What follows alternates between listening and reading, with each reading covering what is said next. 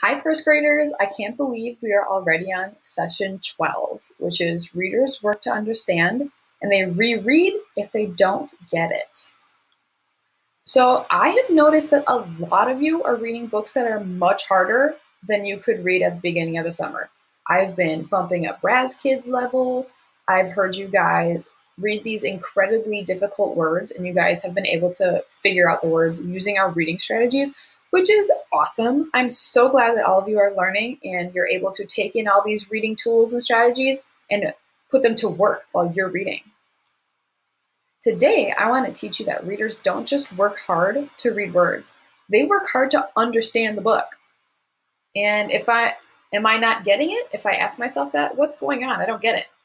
I'm going to reread the book or that part of the book to figure out what is going on here so you can understand and comprehend what's going on. So I'm going to continue reading Ivy and Zelda, the Runaways, and if I don't understand something, I need to go back and reread it. So let's check it out. I'm going to start reading and reread if I need to. Okay, we're on chapter 2, which is the time capsule. Zelda wrote the label with a fat pen, a gift from the world of the past to the world of the future.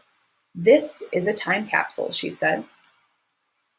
She rubbed her lucky jewel against her shirt and dropped it into the box. 100 years from now, someone will open this box and find my lucky jewel.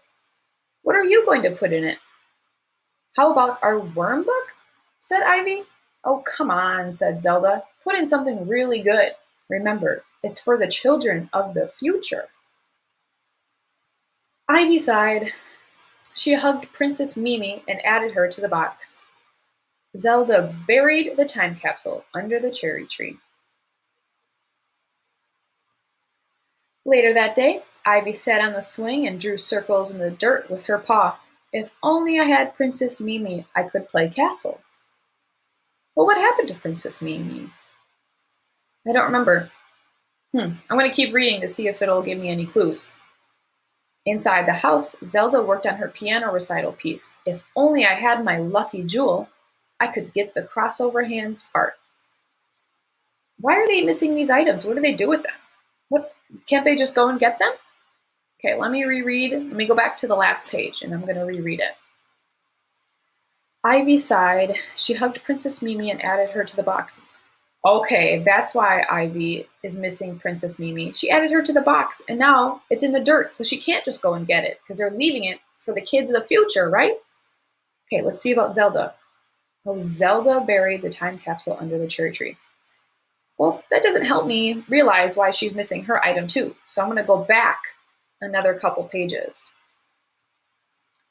She rubbed her lucky jewel against her shirt and dropped it into the box. That's why she's missing her lucky jewel, because she put it in the box as well, and they buried it. Okay, this is all making so much sense to me now because I reread what's going on. I think I just reread it too quickly, and I wasn't understanding and comprehending, well, what's going on in the book. So I had to reread it to figure out why are they missing these items. So today, we're going to add to our anchor chart, our tools for understanding our books. Check that you're getting it. We need to make sure that we're understanding our books while we read them, right? Can't read a whole book and be like, what did I even read? What just happened? So now it's your turn to read your book independently. Reread if you need to.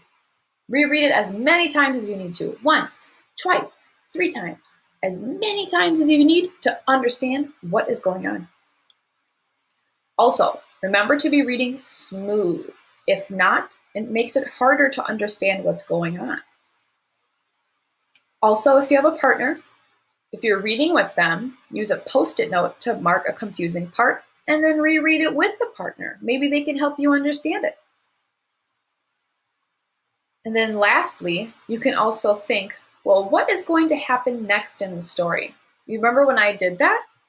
When I was like, why was Ivy so sad about Princess Mimi? And I was like, oh, let me just keep reading to see if maybe it'll tell me what's going to happen and why she's sad. But it didn't, so I had to reread what I already read. So you can think, what will happen next? Why would that make sense? So now it's your turn to go and read independently, find a good book, and use our strategy